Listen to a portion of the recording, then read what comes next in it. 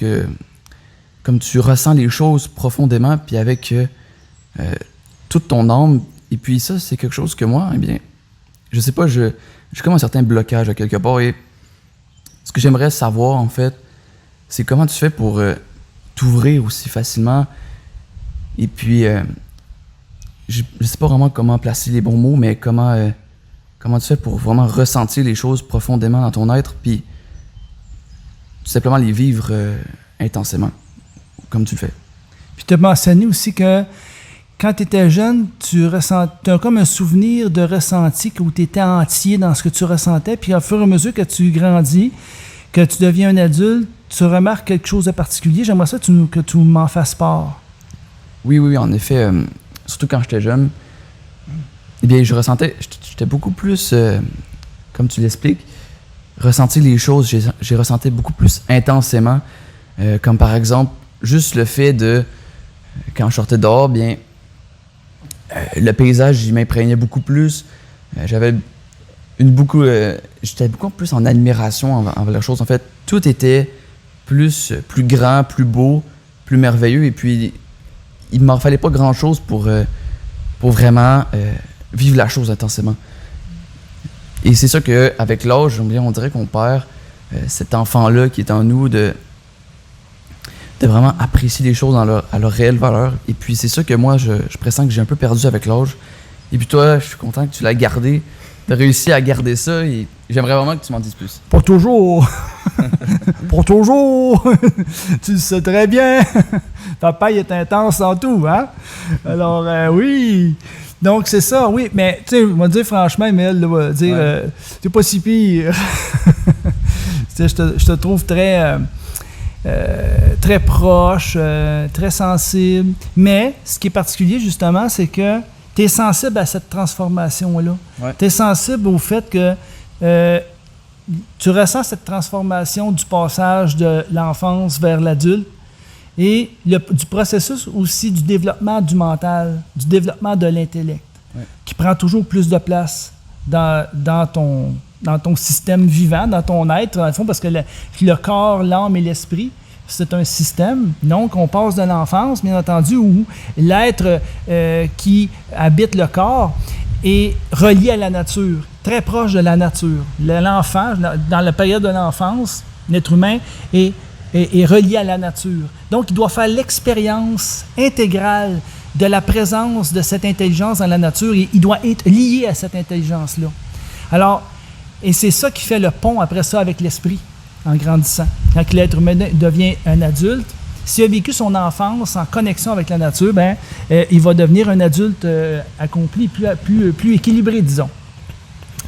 Donc, c'est les racines, c'est les bases. C'est ce qui nourrit l'arbre.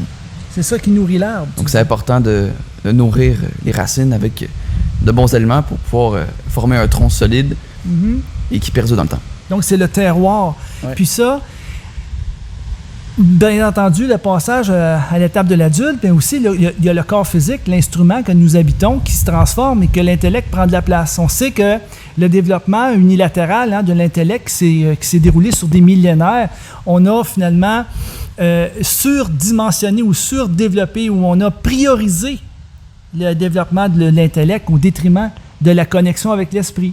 On vit avec cet instrument-là qui prend beaucoup de place, qui a beaucoup de puissance. Mais n'oublions pas que l'esprit est supérieur au mental quand on le remet au sommet de la pyramide. Le problème, c'est que pendant des millénaires, la pyramide a été inversée. Et dans notre société actuellement, la pyramide est inversée, je dirais, dans l'exercice du pouvoir. Et il faut inverser cette pyramide et remettre la vie de l'esprit au premier plan et le respect aussi des lois de la nature, des lois du vivant et le respect des lois spirituelles qu'on connaît malheureusement très peu. La réalité vient de là.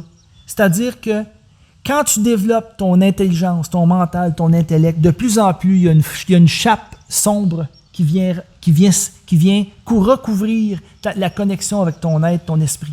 Et toi, tu es à la période de l'adolescence où ton esprit va percer dans la matière. Alors là, tu réalises toute l'importance de ton existence. Tu as une nostalgie à t'élever. L'aide nous entoure constamment. Mais, à cause des pièges de l'intellect et du mental, On se ferme à cette aide-là, on se recoupe. Mais c'est de notre faute. On n'a pas à tenir personne responsable autre que nous-mêmes. Donc, tout part de soi dans notre volonté d'être connecté à la vie, d'être connecté à la volonté divine, à l'amour divin. Alors, c'est ça qui va te guider, je pense, dans ta vie, mon grand. Il faut que tu le fasses l'expérience. Il faut que tu fasses l'expérience. Chaque être humain fait à sa manière l'expérience de la connexion. Il n'y a personne qui va faire l'expérience exactement comme une autre. Chacun va le vivre à sa façon. Oui. C'est dans la gratitude, puis dans l'appréciation aussi des petites choses, je crois. Être simplement dans l'instant présent. Et puis, en soi, c'est pas compliqué, c'est simplement de s'ouvrir aux choses, puis de faire comme un enfant, en fait. C'est ça. C'est pas compliqué. Des enfants de l'éternité. On est des enfants de Dieu. Être un enfant de Dieu, là, c'est la plus belle chose qui peut nous arriver. C'est la grâce. C'est de vivre dans la grâce. C'est de faire confiance. C'est d'être tout simplement. Hein? Alors, je vous souhaite ça. Je souhaite ça à mon grand. Je vous souhaite ça à tout le monde. À tous ceux qui sont autour de moi, ma petite femme, mes enfants, toute ma petite famille et ma grande famille sur Terre, l'humanité. À tous ceux qui désirent grandir intérieurement, ben écoute, go, on n'a pas de temps à perdre, c'est ici, c'est là, il faut le faire. On est à l'étape importante actuellement de l'éveil des consciences. Donc, que tous les enfants de Dieu se reconnaissent et se lèvent et regardent vers le haut. Vous n'avez pas à craindre quoi que ce soit.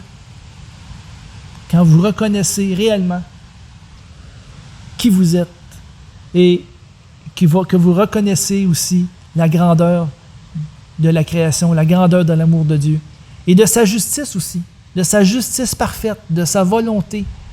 Alors tout ça fait en sorte qu'on ressent cette énorme puissance, cette puissance inconcevable et que comme des petites créatures qui se placent sous l'aile, elles font comme des petits canetons qui vont se placer sous l'aile protectrice de la maman oiseau. Hein? Ben nous, on est les enfants de Dieu, on va dans les replis de son manteau qui est la création, puis on ressent son amour et sa protection. Exactement. Alors là-dessus, je vais essuyer ma petite larme. Ça nous a fait un grand plaisir que de vous partager notre petit moment de réflexion père-fils. Alors, bye, à la prochaine. Bonne évolution. Oui. Au revoir. Bye.